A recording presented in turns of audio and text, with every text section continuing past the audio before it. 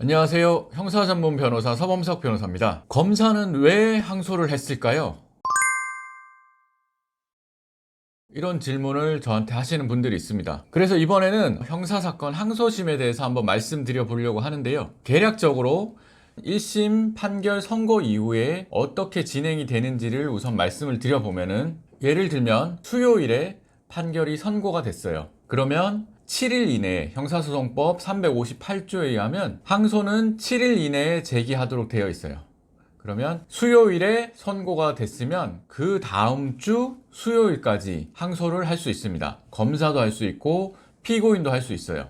민사소송 항소는 판결문을 송달받은 날로부터 시작이 되지만, 형사소송 항소 제기 기간은 판결문을 받았는지 여부와 상관없이 판결 선고일로부터 계산을 합니다. 그리고 항소는 항소장을 법원에 제출하는 방식으로 해야 합니다. 그러면 검사는 도대체 어떤 경우에 항소를 할까요? 크게는 두 가지라고 생각합니다. 첫 번째는 무죄 판결이 선고된 경우, 두 번째는 검사가 생각하는 적절한 형량보다 낮게 판결이 선고된 경우입니다. 두 번째 경우는 형 종이 검사의 생각과 다른 경우, 형의 종류, 그러니까 검사가 생각했을 때는 실형 법정 구속이 돼야 되는 사건인데 집행유예나 벌금이 선고된 경우, 또 징역형의 집행유예가 선고가 돼야 되는데 벌금형이 선고된 경우, 이런 경우가 있을 수 있고, 또 형종은 본인들이 생각하는 것과 같은데 형량이 차이가 있는 경우, 이런 경우는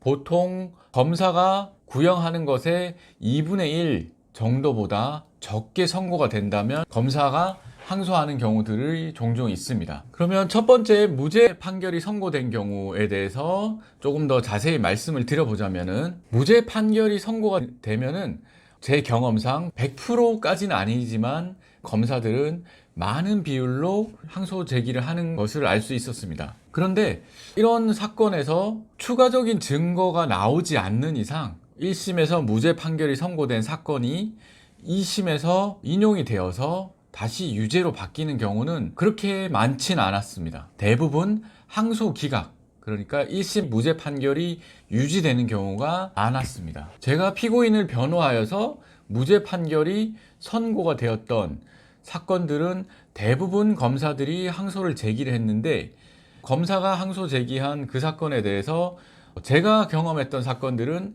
100% 항소 기각이 되었습니다. 그러니까 1심 무죄가 2심에서도 그대로 무죄로 판결이 선고가 되었던 거죠. 여러 가지 이유가 있겠지만, 검사가 항소를 제기를 하면 항소 이유서를 내는데 거기에 적혀 있는 여러 가지 검사의 주장에 대해서 하나하나 관련 판례가 있다면 관련 판례를 원용을 하고 증거 기록에 있는 증거들을 다시 한번 강조를 하면서 답변서를 제출했던 것이 원인 중에 하나가 아닌가, 그렇게 생각합니다. 물론 항소심은 새로운 검사와 새로운 판사가 진행을 합니다. 판사 같은 경우는 1심에서 단독 재판부에서 진행을 했다면 판사가 1명이었겠지만, 항소심으로 넘어가게 되면은 판사가 3명인 합의부에서 진행을 하게 됩니다. 새로운 검사와 새로운 판사가 사건을 들여다보기 때문에 얼마든지 결론이 바뀔 가능성은 있다고 생각합니다. 그리고 1심에서 유죄가 선고되었지만 검사가 항소를 하는 경우는 항소 이유는 양형부당이라고 하는데, 제가 말씀드렸던 그런 경우들, 형종이 마음에 안 든다, 형량이 마음에 안 든다, 이런 경우에 모두 다 항소를 하는 것도 아니었어요. 그러니까 검사가 1심에서 징역형을 구형을 했지만 판결 선고는 벌금형이 선고가 된 사례에서도 검사가 항소를 안 하는 경우도 있었습니다. 피고인 또한 1심에 유죄는 인정을 하지만 형종이 본인의 입장과 맞지 않는 경우, 예를 들면은 직업적인 이유로 벌금형을 꼭 받아야 되는 분들이 있어요. 공무원도 있을 수 있고 전문직도 있을 수 있고 여러 가지 경우가 있을 수 있는데, 내가 잘못한 것은 인정을 하지만 1심에서 벌금형이 아닌 징역형의 집행유예가 나온 거예요. 이런 경우에 직업을 잃게 되는 경우들도 있거든요. 1심에서 징역형의 집행유예 선고를 받고 양형부당을 이유로 피고인 입장에서 항소를 했고 벌금형이 선고되는 그런 케이스도 있었습니다. 그러니까 항소심이 꼭 법리나 사실 오인 이런 거를 이유로 하는 것이 아니라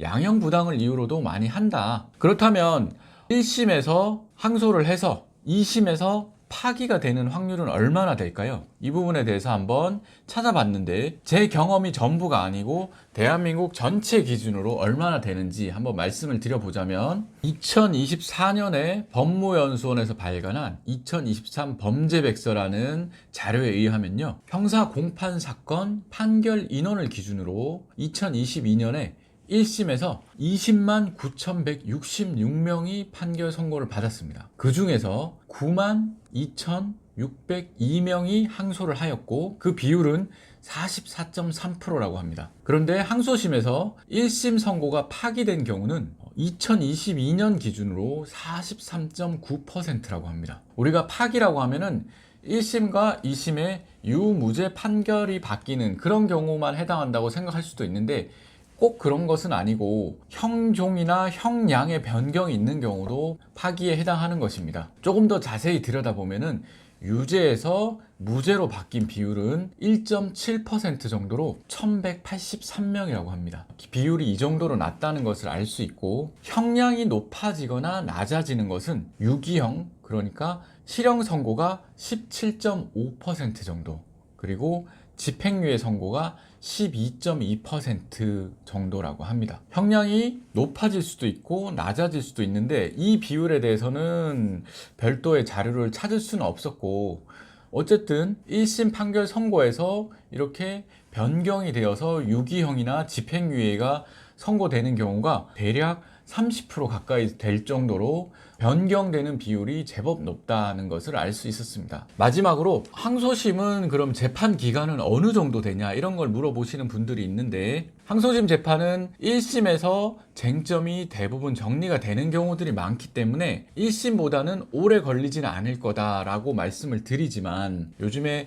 재판이 많이 밀려서 그런 것인지 불구속 사건 기준으로는 항소장 제출하고 항소심 첫 공판 기일이 잡히기까지 1년 이상 걸리는 사건도 제법 있습니다. 물론 구속 사건 같은 경우는 구속 기간에 제한이 있기 때문에 이렇게까지 오래 걸리진 않지만, 불구속 사건은 항소심 진행 기간만 1년 이상 걸리는 그런 경우들도 제법 있습니다. 오늘은 검사가 항소를 하는 경우 두 가지에 대해서 제가 알고 있는 부분을 말씀을 드려보았고, 법무연수원 범죄백서 자료에 대해서도 간략하게 소개를 시켜드려보았고, 그리고 항소를 제기하려면 항소 제기 기간, 이런 부분들에 대해서도 말씀을 드려보았습니다. 본인이 항소를 준비하고 있거나 아니면 검사가 항소를 제기해서 여기에 대해서 어떻게 대응을 해야 될지, 이런 부분들에 대해서 고민하고 있으신 분들에게 도움이 되었으면 좋겠습니다. 감사합니다.